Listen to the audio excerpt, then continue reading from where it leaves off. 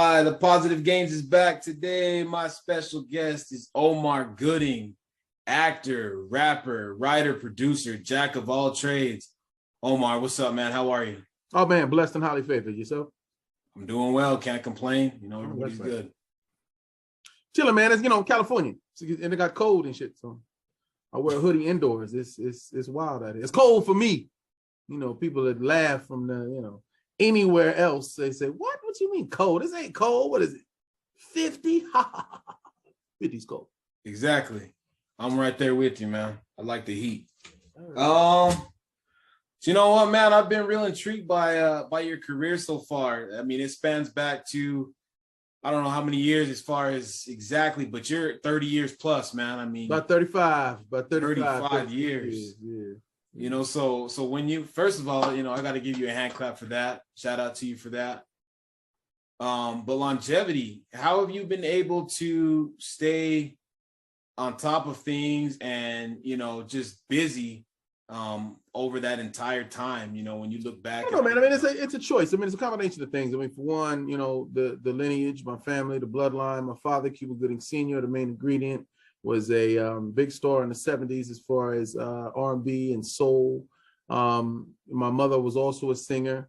And in that era, as singers, you entertained. You were entertainers, you know what I mean? So then they gave birth to actors and thespians because it's what they did. Right. They acted. So it's in the blood. So I started at an early age.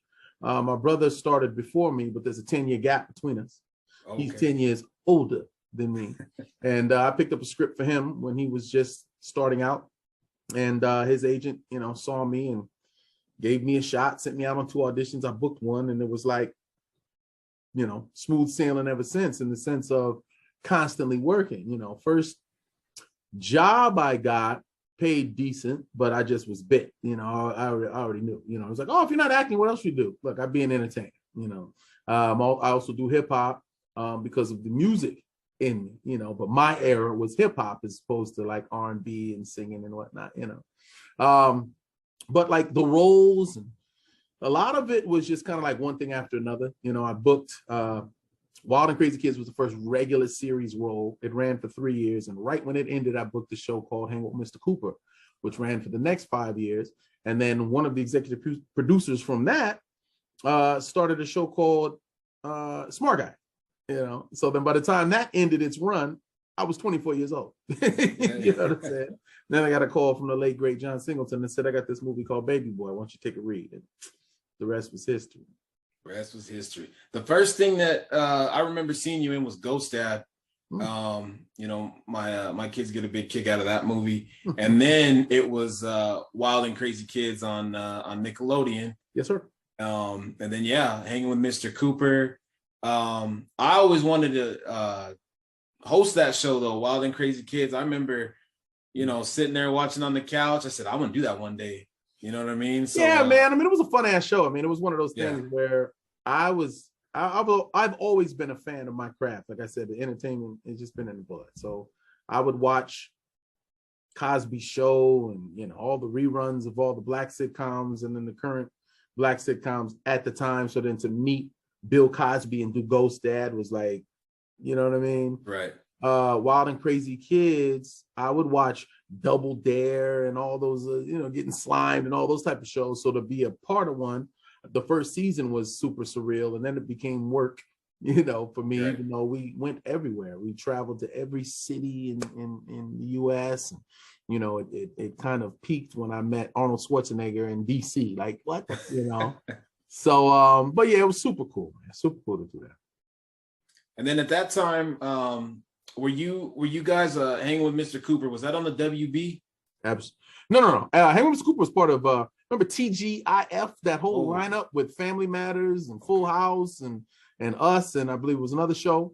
But we were on the Warner Brothers lot, but it wasn't the WB. The WB started on my next series, which was Smart Guy. Smart Guy was on WB first.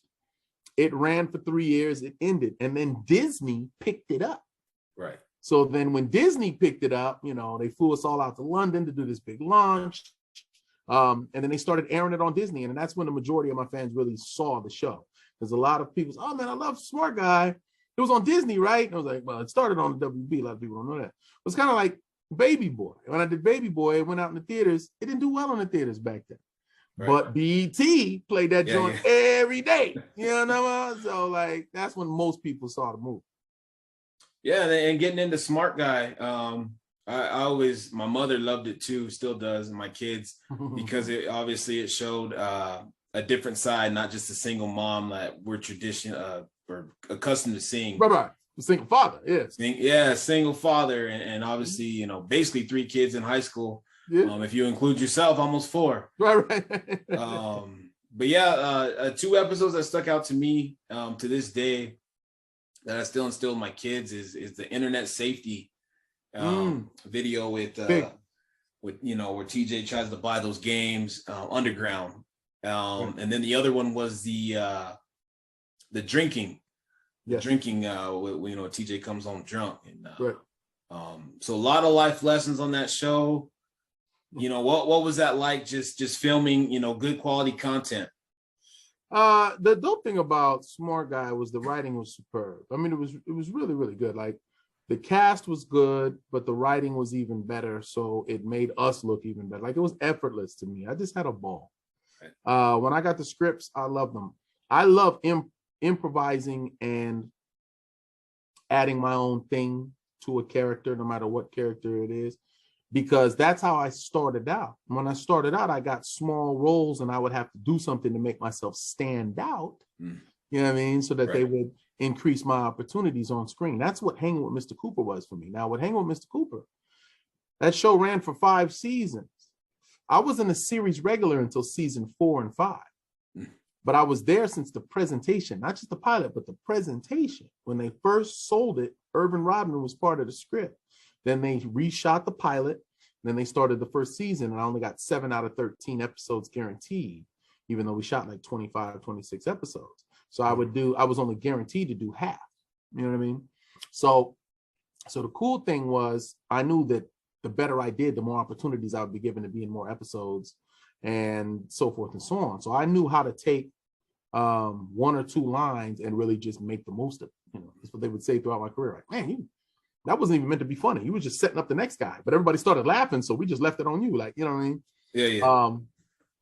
So I learned that at an early age, and you know, with Smart Guy, I didn't have to do much of that. The writing was so good that it was just like, oh man, I can't. Let's go. Just aim and shoot. You know what I mean? And it really was a good time. And then, so obviously you had a music background, kind of like you were saying, you've always been involved. And Smart Guy, I guess for a lot of people, kind of let the world in, you know, because you did, I don't know if was it the 2nd season that you did the intro? Yeah.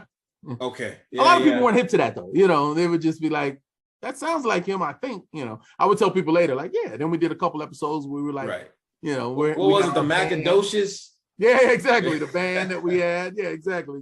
So, you know, when I start dropping music now, they go, oh, that's right. If I think about it, he was rapping back then. But, you know, we didn't know if it was something like overdubs or if he was writing his own stuff. But I never, ever rap anything that I don't write. Because that's just me. I'm a creative guy. So I think, you know, they would say, oh, why don't we write this? Or why don't you rap that? And I'll go, I'll come up with something. Right. Yeah. And so did you ever have thoughts? Because I know for me, I said, hey, you know, your character and Jason Weaver's character, I said they could have their own show. You know, they could have easily a little spinoff, Marcus and spinoff. Oh, yeah. You ever think about that? You know, at the time? Not at the time, no. I think, you know, because everything was so, you know, as actors, when we get a job, we're always thinking about the next job. You know, it's just what it is. When you're on set, you know, as things are winding down, if it's a movie and you're about to end, or if it's a TV show and there's about to be a hiatus, everyone always says, so what do you got next coming up? So what's the next plan? You know, so you get accustomed to going, all right, what's next? But, you know, back then spinoffs weren't a big thing. It was just like, all right, I got to book another show, you know. Now we were so, you know, well off and we had such a good time that I wasn't really concerned about the next thing. I was just going to enjoy my youth because I'd worked through the majority of my youth, you know. And here I am, 24 years old. I just want to go to Vegas and have a good time. You know what I mean? When John Singleton called me about Baby Boy, it was like, oh, there's an idea. How about you start getting considered for serious acting roles, because in the 90s, doing sitcoms in the 90s, you weren't really taking that serious.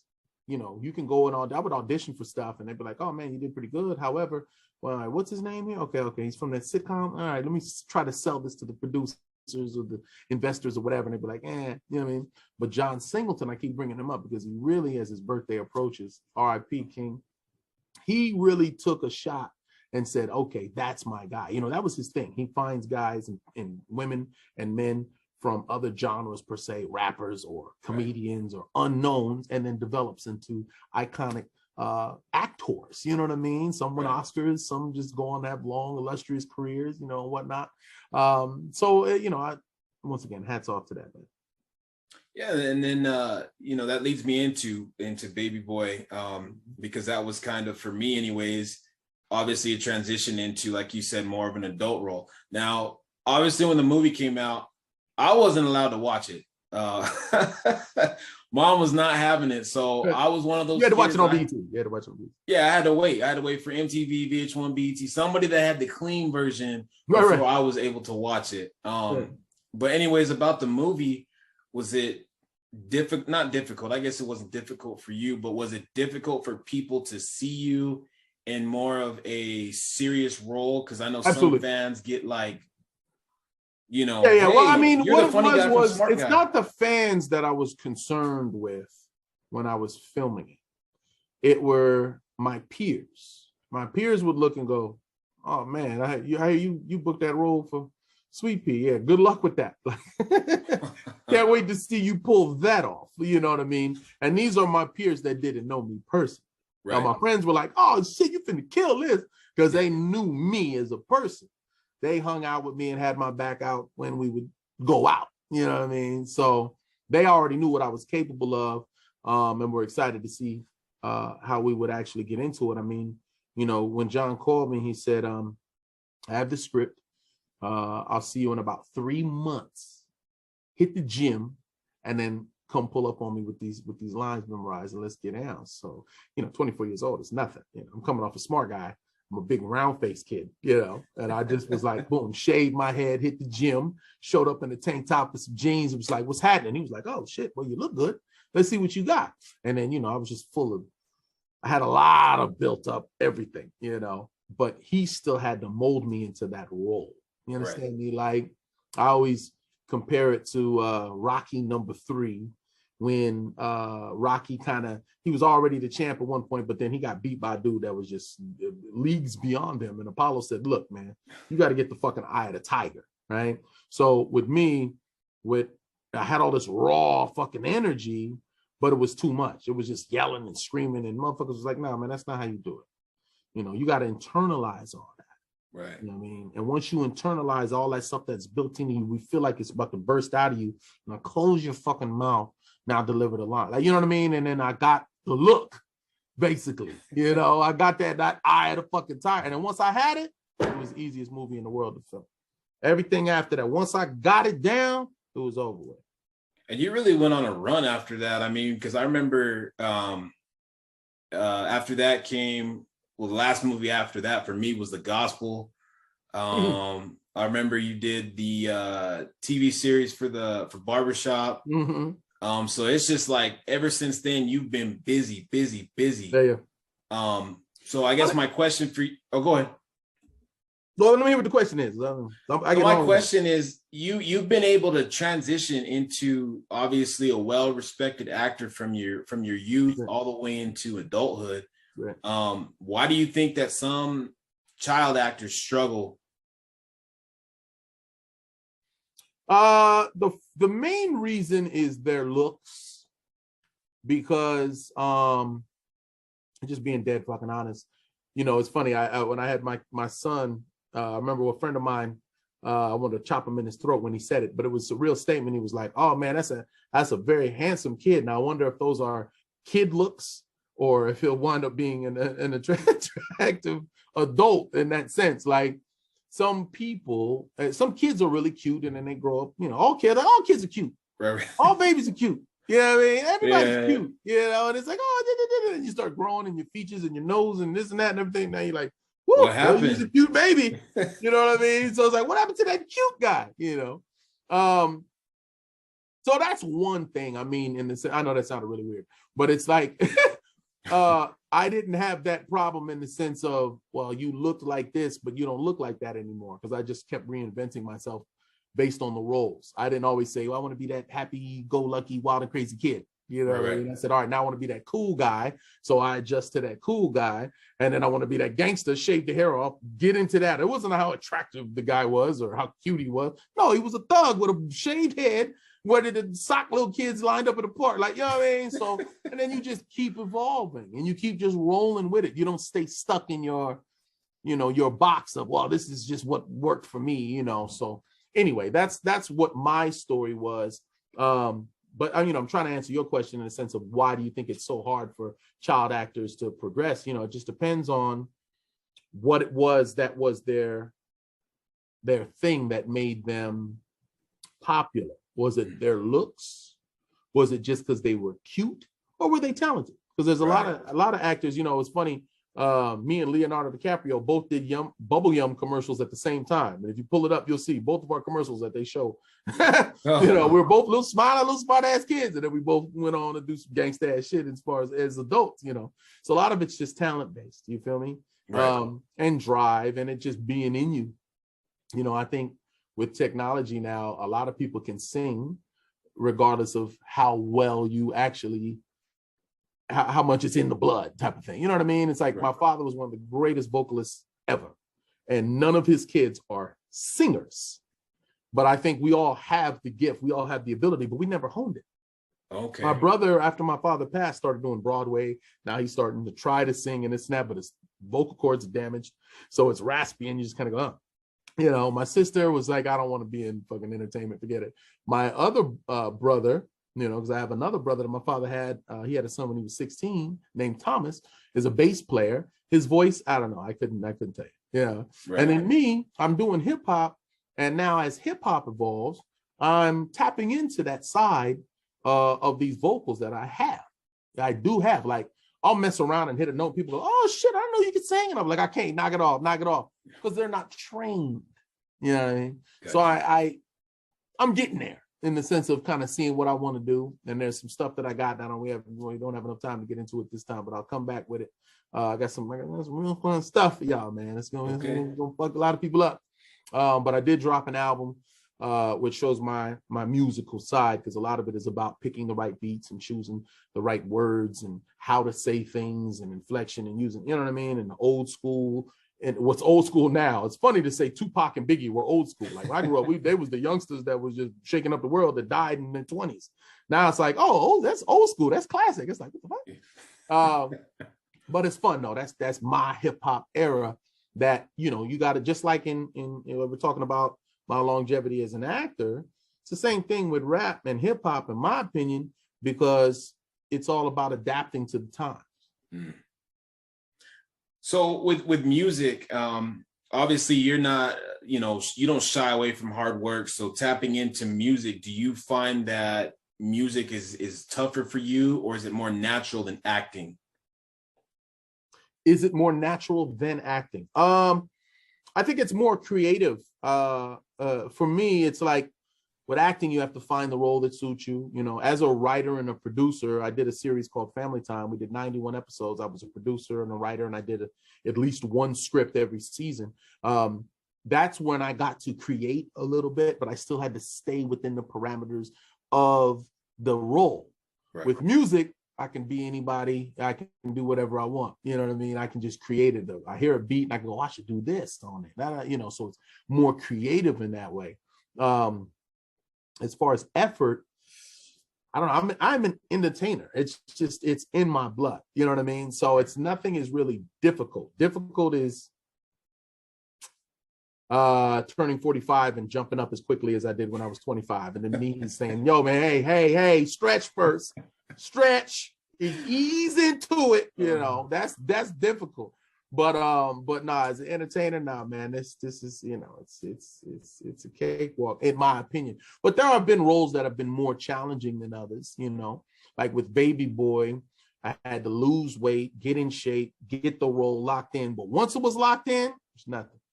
I did a series called Playmakers. I never got to play football in high school. I always wanted to, but I was an entertainer, so I couldn't commit. So I got a chance to play the star running back in a football show called Playmakers for ESPN. We filmed it out in Toronto. That was the most physically demanding shit I've ever done in my life. I got in the best shape of my life. I was out there running, blew my hamstrings out, running and racing these fucking track stars and these motherfuckers that's used to this shit and making it look all authentic and shit. You know what I mean? Right. Physically, that was the most challenging while also memorizing and all this. And then, you know, the toughest role that I pulled off was a movie called AM Radio, which you can see right now. You can go on Tubi. Everybody, I've been talking about it all year for the last 2 years since I made it. Well, damn, almost 2 years. We're in 2022. But when I say AM Radio, I think I have a radio show. No, it's not a radio show. It's a movie called AM Radio, written by Ricky Burchell, and it is fucking fascinating. It's the script was one of those where you say, "Oh hell yeah, this will be my one." Like the one as an adult, they'll go, "Oh shit, this motherfucker! I thought I knew I loved him." And when I read it, from when I read it to when we finished editing this movie, I said, "Good job." Now it's one of those again, kind of like Baby Boy. It was out, whatever. Didn't make that much noise, but eventually people will see it and they will see where I'm coming from, and they'll see me as an actor on the full spectrum. The line, it's an all me movie. Baby Boy wasn't my movie. Okay. In my opinion, that was Tyrese's movie, and I was the supporting cast to help him and his career while shining a light that I can do those type of roles. You feel me? Right. It opened the door for me to be considered and stuff, but not as the leading man. You know what I mean? That would come later. AM Radio is my leading man, my movie. There's not a scene you was going to the bathroom. You didn't miss nothing. I'm in it. I'm there. You know what I mean? It's like I was like Castaways with Tom Hanks on the island. Like Omar, that's it. Through the whole fucking movie, you know? So if you say, I didn't like the movie for this or that reason, then you don't like me. You know what I mean? If you like my performance, then you like the movie. That's just plain and fucking simple.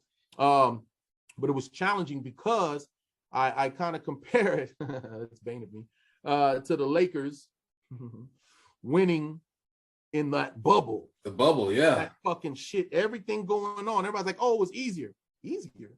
You know what I think? Like, you know what I mean? That's not how I look at it. For me, you know, it was like, oh, all you do is concentrate on those lines. Dude, everything was the uncertainty of life at that time. And that year, 2020 was just, it was a mind fuck, you know, and in the middle of filming, while I already had all that going on, you turn on CNN and you watch George Floyd getting his life taken, murdered by these racist motherfuckers. And you go, damn, now as a black man, how do you keep all your shit together? You got kids, you got these, blah, blah, blah, blah. You want to run out there you want to go crazy?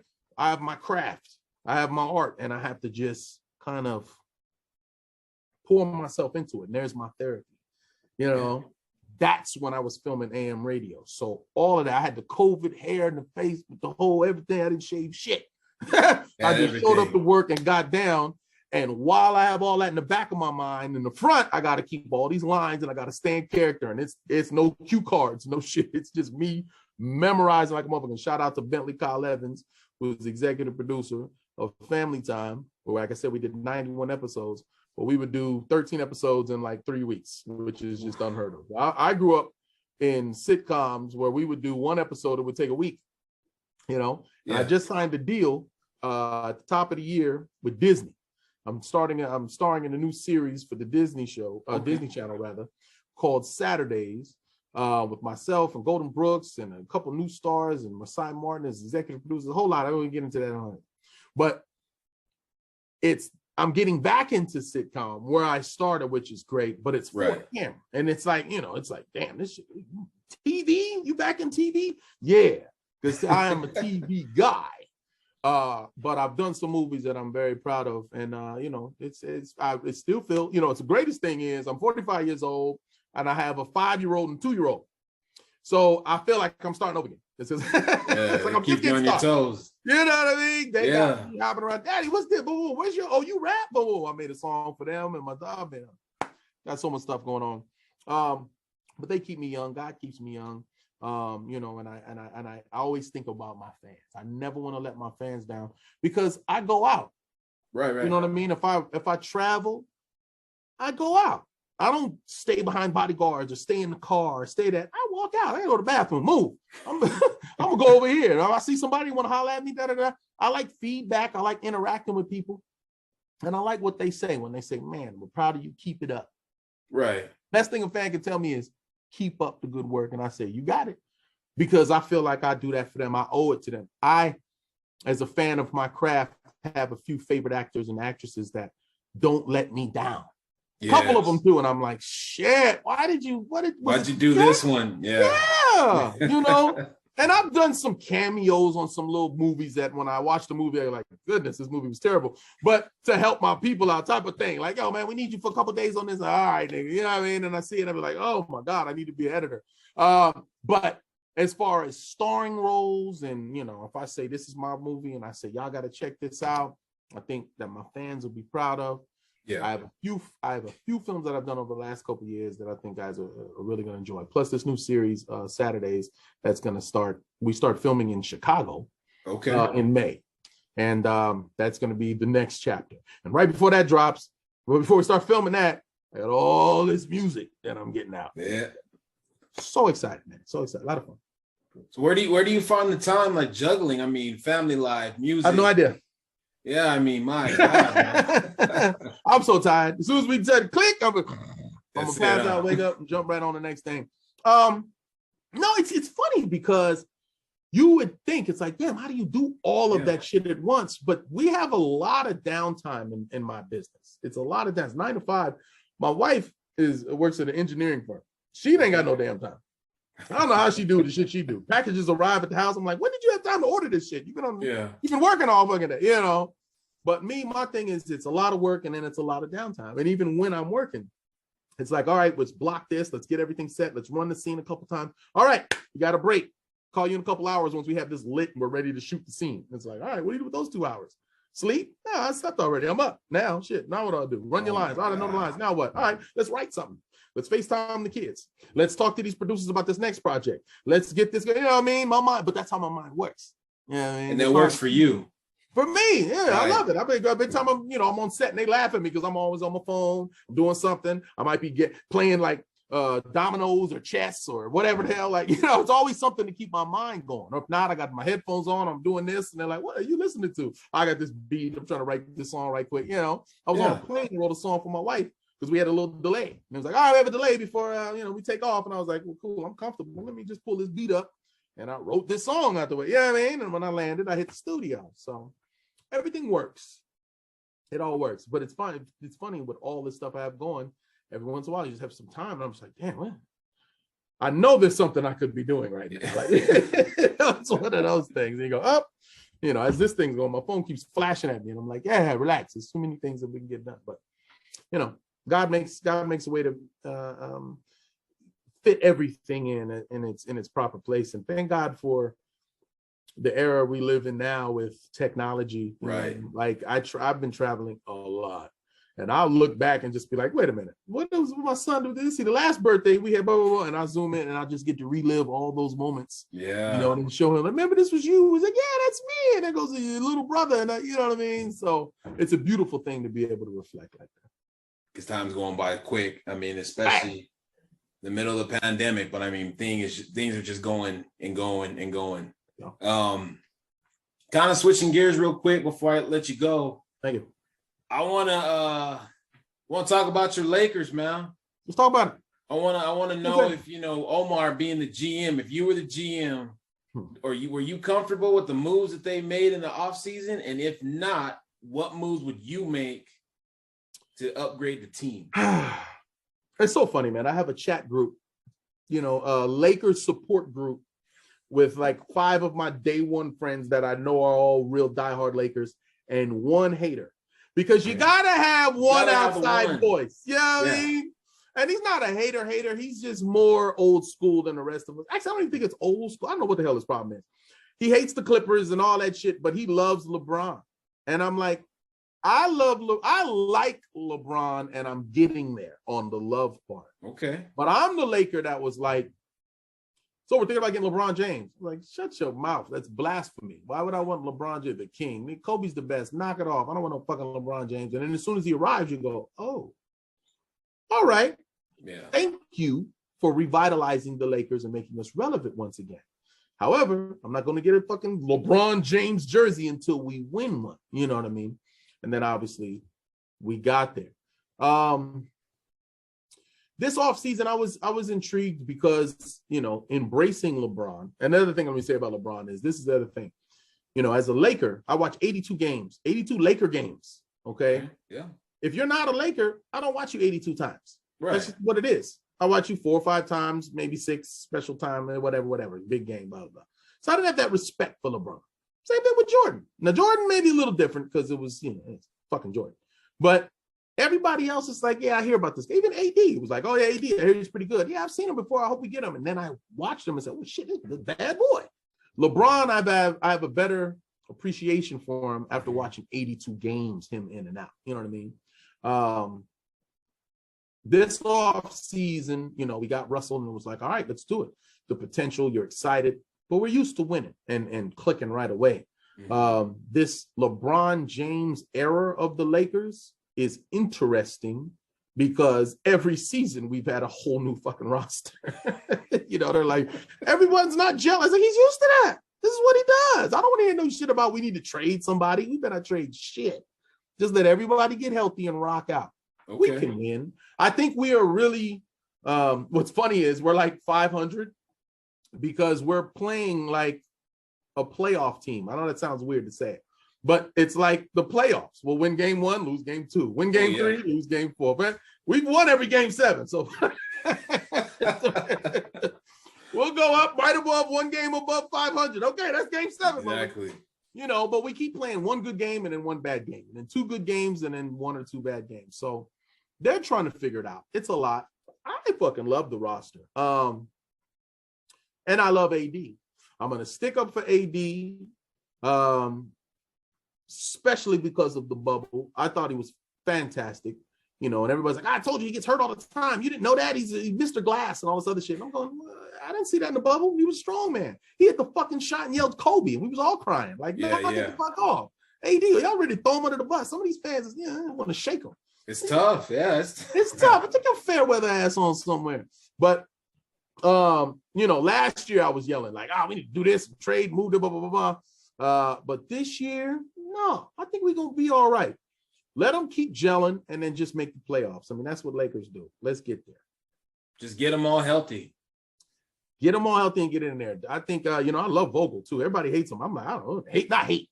But they're putting a lot on him. You know, you're a defensive coach. Why is our defense suspect? So I won't say it's bad, but it's suspect. It's suspect, yeah. So it's all about focus, you know what I mean, and locking in. And let's get to it. You know, Golden State looks tremendous. Phoenix was a problem because it didn't seem like we could figure it out last season, obviously. But then we were all hurt. You know what I mean? Then everybody got hurt. So. And that was our best chance of winning, being a Phoenix fan. I mean, I know we're doing well this year, but man, I mean, you got to climb that mountain all the way up again. And now everybody's healthy. Clay's going to come back. Steph just broke the record. Obviously we'll make the playoffs, but yeah, it's last year it hurt. It still hurts, but who knows? Last year did hurt. That was weird. I mean, it was sometimes it's just meant to be for certain people. Right. I don't think, you know, not to knock him because I think he's a great person and their team is, you know, is pretty good, but I don't think the Greek Freak and them will win another one. You know what I mean? No. So that was just that was their moment. That was it too. It was between the two of you guys, and it was like shit. CA Phoenix has a tough pill to swallow. But you know, I think I don't know. That's tough. That's tough. But and then on top of it, you know, the women's they get all the way there, the Mercury, and then they lose. You know, but shout out to the Mercury. Shut up! I didn't know that. The women lost too. Yeah. Oh no. They lost to Candace Parker and those girls, man. Oh, and Candace. Where's Candace at? Oh yeah, because she slid off too. We let her go, huh? Yeah, she's gone too. Yeah. So yeah. It is what it is, but it is what it is. We'll see, man. Strong to the finish. You know, that's right. What about your NFL team? I'm a Chargers fan. Dope. You know, it's so funny. My son is 5 years old. He'll be 5 on January 27th of 2022. And for the longest, every time a team starts playing, he'll be like, Chargers, baby. And I'll go, what the? Where does this? I don't know where it came from. But every time he says, is this the Chargers? I'm like, but he was born in LA, so I guess it's okay for him. Now, I'm a Saints fan, believe it or not. Okay. Because I was an SC fan for a while and Reggie Bush and that whole era. So I followed them over. And I was like, okay, watch these Saints. These Saints. And from 06 on, I was just like, come on, man, I'm telling you. 09 was like pinnacle. And I'm like, that's it. That's my squad. So we going through it. But I like these Rams. Okay. And I'm rooting for the Chargers because I got them on my fantasy. I got Herbert on my fantasy league and a couple guys on. Yeah, I mean, so and I love LA. I can't. Only team I can't root for in LA is the Clippers. These are the only ones because the little brothers. The little brothers of LA. They're disrespectful. They win a game and it's like we run LA now. Oh yeah. You got no banners. No banners. But anyway, we'll see. We'll see what it is. I appreciate you, bro. I'm telling you, I got a lot of stuff. We're gonna drink. Hey, you know what? Anytime you want to come back, you're welcome on. Omar, I appreciate you. Thank you, brother. Yeah, I got some stuff. I'm gonna shoot it to you, and then you bang it out. When let's get busy, man. We want a lot to talk about. All right. 2022, man. You stay blessed and have a happy holiday. You too. Same to you. My man.